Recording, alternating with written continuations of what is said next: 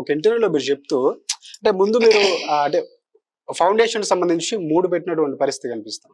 So difference కూడా చెప్తూ మా పిల్లల కోసం ఒకళ్ళు ఇచ్చిన సజెషన్స్ తో పెట్టానని చెప్పారు. దాని గురించి కొంచెం మాట్లాడదాం. తప్పకుండా. ముందు విశ్వనాథ ఫౌండేషన్ అనేది మా మామగారు పెట్టారమ్మా. ఎందుకంటే వాళ్ళ నాన్నగారి పేరు విశ్వనాథం గారు.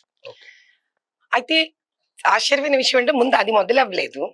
లోపాముద్ర చారిటబుల్ ట్రస్ట్ అనేది ఫస్ట్ మేము ఆరంభించారు. నేను మా అమ్మాయి పెద్దమ్మాయిని పుట్టిన తర్వాత. ఎందుకంటే అప్పుడు ఇది వరకు వ్యక్తిగా 10 మందికి ఒక మంచి పనులు చేయడం వేరు, మాతృత్వాన్ని అనుభవించిన తర్వాత అసలు ఏంటి పిల్లలు ఏంటి, వాళ్ళ దేశానికి ఎంత ఉపయోగము, వాళ్ళ భవిష్యత్తు, అక్కడ నాకు ఒక కొత్త విషయాన్ని నేర్చుకుని, ఎందుకంటే కొత్తగా తల్లి పాత్రను పోషించే ఒక బాధ్యతకు వచ్చాను కాబట్టి అసలు ఏమిటి తల్లి అంటే ఎవరు, ఒక తల్లిదండ్రులు అంటే ఎవరు, పిల్లలు ఎవరు, వాళ్ళ భవిష్యత్తు ఎవరి కోసం, వారి కోసమా, కుటుంబానికి కోసమా, సమాజం కోసమా, దేశం కోసమా, అందరికీనా, వీళ్ళ కోసం నిలబడితే అందరికీ నిలబడగలుగుతారా, ఇలా నాలో చాలా సందిగ్ధమైన ప్రశ్నలు ఎన్నో వచ్చి, అలాంటప్పుడు పిల్లల్ని ఏ దిశగా తీసుకొని వెళ్ళాలి, ప్రప్రథమంగా వాళ్ళకి ఏంటి ముఖ్యం, ఆరోగ్యము, తిండి, ఇది ముఖ్యం. అంటే మన హెల్త్ వైజ్ ఏంటంటే వాళ్ళ ఇమ్యూన్ సిస్టమ్ 5 ఏళ్ల వరకు శరీరంలో పోరాడే శక్తి తక్కువగా ఉంటుంది పిల్లలకి, కాబట్టి అది ముఖ్యం.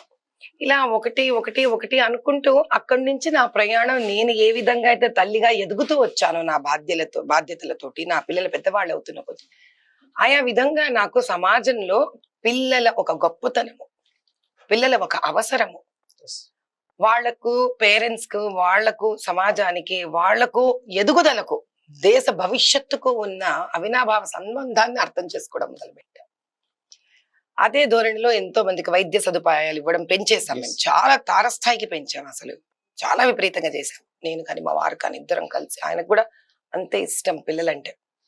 దాని తర్వాత ఎక్కడ ఏ ఆపద జరిగినా కూడా, అంటే కర్నూలు ఫ్లడ్స్ వచ్చాయి చాలా కాలం, ఇది సంవత్సరం కూడా నాకు ప్రత్యేకించి ఈరోజు గుర్తులేదు. ఆ రోజు నాకు బాధ ఏమిటంటే, పెద్దవాళ్ళు కనీసం వలసపోయి ఎక్కడికో వెళ్ళిపోయి ఏదో తినేదో చేస్తారు, పిల్లలు ఏం చేస్తారు? సో అక్కడ నా జీవన ప్రయాణం ఈ రోజు వరకు పిల్లలు పిల్లలు పిల్లలు, నాకు ఇంకేమీ కనిపించదు. వాళ్ళ చుట్టూరా తిరిగే ప్రపంచం. నాకెప్పుడు పిల్లలు ఎస్ అ సెంటర్ కనిపించింది, సూర్యుడిలాగా పిల్లలు కనిపించారు, దాని చుట్టూనే అంతా తిరుగుతోంది అనిపించింది. ఈ రోజు పిల్లలే కదన్నా రేపు ఏమైనా చేసేది. కాబట్టి ఆ రేపు వచ్చేసిన తర్వాత మనం బాధపడడం కన్నా, ఆ రేపు అనేది అద్భుతంగా లేదు అని అనుకునే దానికన్నా, ఈ రోజు పిల్లల్ని మనం సంరక్షించుకున్నాం అనుకోండి, ధర్మపరంగా కావచ్చు, విద్యాపరంగా కావచ్చు, వాళ్ళ ఆరోగ్యం వైద్యపరంగా కావచ్చు, వాళ్ళ ఒక క్యారెక్టర్ బిల్డింగ్ కావచ్చు, ఏదైనా ఈ రోజు విత్తనాన్ని కనుక నేను సంరక్షించుకోగలిగితే, ఆ విత్తనం ఎదిగే ఒక వాతావరణం, చక్కటి వాతావరణాన్ని ఇవ్వగలిగితే, మనం అందరం ఇప్పుడు ఆర్గానిక్ ఫుడ్ అని వెళ్ళట్లేదా? అంతే కదా. నన్ను ఆర్గానిక్ ఫుడ్ కి వెళ్ళాలంటే మనం ఏం చేయాలి? మళ్ళీ విత్తనం దగ్గర నుంచే మొదలు పెట్టాలా? అక్కడి నుంచే కదా మొదలు పెట్టాను. నేను చేసింది ఆ పని. ఈ కార్యక్రమంలో ముందు ఒక ట్రస్ట్ పెట్టడం జరిగింది, లోపాముద్ర. వాళ్ళు రెండో అమ్మాయి పుట్టింది కదా, అంటే వాళ్ళకి 5 ఏళ్ళు గ్యాప్ ఉంది. ఆ రెండో అమ్మాయి పుట్టి, ఆ అమ్మాయి పెద్దగా అయ్యేటప్పుడు అప్పుడు మళ్ళీ స్ఫురించడం జరిగింది. అరే మనం ఒకటే ఇచ్చామే ఆస్తి, రెండో ఆస్తి ఎలా ఆలోచన నుంచి మళ్ళీ లతా మా ఫౌండేషన్ అని పెట్టి, అది చిన్నదానికి ఇది పెద్దదానికి. మా మామయ్య గారు పెట్టిన విశ్వనాథం ఫౌండేషన్ ఎలాగో ఉంది, అది వాడు ముందుకు తీసుకొని వెళ్ళాలి. ఎందుకంటే వాళ్ళ తాతగారి పేరే వాడిది కూడా కాబట్టి, అదే నా కోరిక. నేను ఒక ఇలాంటి బీజం నా మనసులో వేసుకున్నాను. 3 పిల్లలకి 3 చారిటబుల్ ట్రస్ట్లు వచ్చేసాయి. ఇంకోటి అంటే ఇంత మంచి ఆలోచన అంటే ఇప్పుడున్నటువంటి సమాజానికి, ఇప్పుడున్నటువంటి తరానికి మీ మాటలు చాలా ఇన్స్పిరేషన్. కొంతమంది వ్యతిరేకించిన వాళ్ళు ఈ వర్గం కూడా ఎక్కడ ఉంటుంది. ఉండనివ్వండి నాన్న, వాళ్ళే అందం. చందమామకి చుక్కలేనిదే మీరు చందమామని మెచ్చుకోగలరా? నెగటివ్ కామెంట్స్ వేసే వాళ్ళు కూడా ఒక రకంగా సమాజానికి అవసరం. ఎందుకు మిమ్మల్ని ఇంటరప్ట్ చేస్తున్నాను ఏం అనుకోకండి.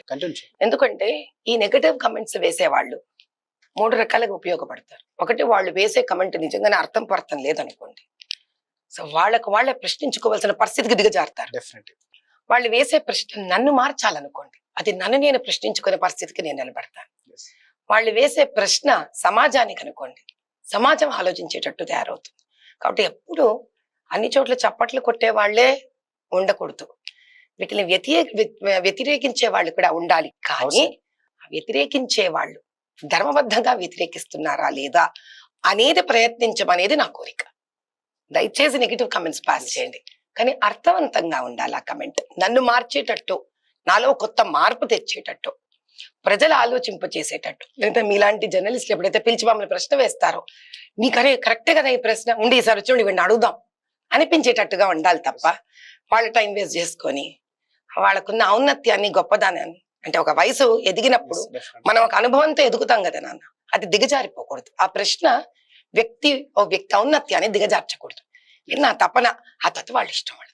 ఇంకోటి అన్నమాట, ప్రధానంగా అంటే ఇంత బీజం పడడానికి ముందు మీకు ప్రధాని మీరన్నారు, అంటే పిల్లల భవిష్యత్తు కోసం మీరు ఒక పునాది వేస్తున్నారు, విత్తన శుద్ధి అని మాట్లాడుకున్నారు. సో మీకంటే ఇంత ఒక ఒక ఆలోచన దృక్పథం, అంటే సమాజానికి ఏం చేయాలి, ఇంత మీరు మాట్లాడుతున్నటువంటి పరిణితి చెందినటువంటి మీరు, సో ఇలా మారడానికి భవిష్యత్తులో చాలా కారణాలు జరిగే ఉంటాయి. సో మీరు పెరిగిన విధానం చూసుకుంటే ఒకసారి మీ ఎడ్యుకేషన్ కానీ ఒకసారి దాని గురించి మనం మాట్లాడదాం. అంటే ఏమైందంటే నాన్న, స్పెసిఫిక్ గా నేను ఒక విచిత్రం. ఫస్ట్ నాకే అనిపిస్తుంటుంది చాలా సార్లు. ఎందుకంటే నా చుట్టుపక్కల ఉన్న వాళ్ళందరికీ కూడా నేను ఎప్పుడూ ఒక రెగ్యులర్ వే ఆఫ్ లైఫ్ ఉన్న వ్యక్తిలాగా, వాళ్ళకి నా ఆలోచన ధోరణి కానీ, నా ఓపిక కానీ, నేను వెళ్ళే వేగం కానీ, నేను ఎప్పుడు ఎవరికి అర్థం కాలేదు. నా చిన్నతనం నుంచి కూడా నేను ఎవరికి అర్థం కాలేదు. అది నన్ను ఎప్పుడు ఇబ్బంది పెట్టలేదు. ఆశ్చర్యంగా నన్ను ఎప్పుడు ఇబ్బంది పెట్టలేదు. It's okay. సో నాకు దానివల్ల వచ్చిన అదృష్టం ఏంటి, నా ఆలోచన దృక్పథం అంటే ఎదుటి వాళ్ళకి అర్థమయ్యేటట్టు తనను తాను మలుచుకోగలగాలి అనేది నేర్చుకున్నాను నేను. నేను చేసే పనులు వేరు, అది నేను చేసుకుంటూ వెళ్ళిపోయేవి. కానీ అది ఎదుటి వాళ్ళకి అర్థమయ్యే ప్లాట్ఫామ్. సపోజ్ ఇప్పుడు నన్ను పిలిచారు, నన్ను ప్రశ్న వేస్తున్నారు, నా సమాధానం వినవలసింది కూడా ప్రేక్షకులే కదా. వాళ్ళకి అర్థమయ్యే స్థితికి నేను దిగడం కానీ, వాళ్ళకి అర్థమయ్యే విధానంలో కానీ, భాషను మార్చుకోవడం కానీ, చెప్పే పద్ధతి కానీ ఉండాలి అనేది చిన్నతనం నుంచే నేను నేర్చుకోవడం జరిగింది. అందుకే నా జీవితంలో ప్రతిరోజు ఒక అనుభవం, ఒక పుట, ఒక పేజీ, నా అనుభవం పేజీ. ఈవెన్ పరీక్షలో రాసే సమాధానాలు కూడా నేను ఏ రోజు ఏ పుస్తకం, ఏ క్లాస్ వర్క్ నుంచి, ఏ గైడ్ నుంచి నేను బట్టి కొట్టలేదు ఈ రోజు దాకా.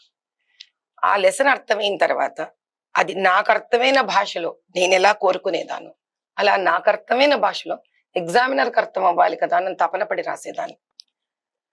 ఆ తర్వాత దాన్ని రాసేయడం కూడా నేర్చుకున్నాను. అంటే మీరు ఆలోచించాడు, ఒక ఎగ్జామినర్ నా ఆన్సర్ చదివేటప్పుడు ఎంత ఆలోచించేదాన్ని అంటే, దగ్గర టైం ఉండదు, ఈయన పేపర్స్ కరెక్ట్ చేసుకుంటూ వెళ్ళిపోతాడు.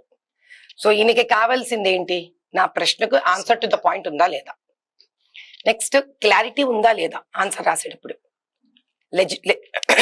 వీలు పడుతుందా లేదా చూస్తుంటే. అందుకే బుల్లెట్ పాయింట్స్ కి దింపేసుకున్నాను. పారాగ్రాఫ్స్ ఆన్సర్స్ నుంచి I have myself learned to put them in a bulleted point. అంటే ఒక ఎగ్జామినర్ ని నేను అర్థం చేసుకోగలిగినాను. అంటే bulleted points, clean, clear, underline and highlight the words or definition that you want to tell. ఇలా జీవితంలో ప్రతి చోట కూడా నాకు ఇప్పుడు we were from very low middle class. ఆ రోజు నాకు అర్థమైంది ఏంటంటే, ఏ వ్యక్తి అయినా బీదరికాన్ని తట్టుకోగలుగుతాడు నాన్న, కష్టపడాడు యాక్చువల్లీ, కానీ బీదరికాన్ని అవమానిస్తే తట్టుకోలేడు. నేను నేర్చుకున్నది అది. ఎందుకంటే నేను మా కుట్టించిన గౌన్ కూడా పాప 2 ఏళ్లకు ఒకసారి గౌన్ కుట్టించేవాళ్ళు మాకు. ఆ ఫిల్ట్ ఓపెన్ చేస్తే మీకు పైన ఒక రంగు, కింద ఒక రంగు ఉంటుంది, ఎందుకంటే ఉతికేసి ఉంటాం కాబట్టి. అది కూడా నాకు ఇబ్బంది పడేదని కాదు, ఎందుకంటే ఇది నా నిజం, ఇది నా వాస్తవం. కానీ దాన్ని చూసి ఎవరైనా ఎక్కిరించారనుకోండి, అర్థమైంది నాకు, అది వేసుకోవడంలో బాధ లేదు. కానీ దీని గొప్పతనం కింద చూడాలి ప్రపంచం. This is who they are, help them, lift them. అందుకే నాకు బీదవాళ్ళన్నా చాలా గౌరవం ఎక్కువ, ఎందుకంటే అది పట్టుకొని ఆత్మాభిమానంతో పోరాడుతుంటారు వాళ్ళు. ఆకలిలో నుంచి అన్ని పుడుతుంటాయి. ఎగ్జాక్ట్లీ. సో ఆకలిని పట్టుకొని ప్రయాణించే వాడికి మనం సహాయం చేయాలి, కానీ వాళ్ళ వ్యక్తిత్వాన్ని కానీ, వాళ్ళ ఆత్మాభిమానాన్ని కానీ మనం ఇబ్బంది పెట్టకూడదు, తగలకూడదు, అది దిశగా వెళ్ళకూడదు. అది నేర్చుకున్నాను ఒక లో మిడిల్ క్లాస్ ఫ్యామిలీ నుంచి. ఇంకోటి ఏం నేర్చుకున్నాను, ఎప్పుడు కూడా ఒక మధ్య తరగతి కుటుంబంలో వాళ్ళకి ఫైర్ ఉంటుంది. ఎందుకని, ఎదగడానికి ఒక కారణం ఉంది వాళ్ళ దగ్గర.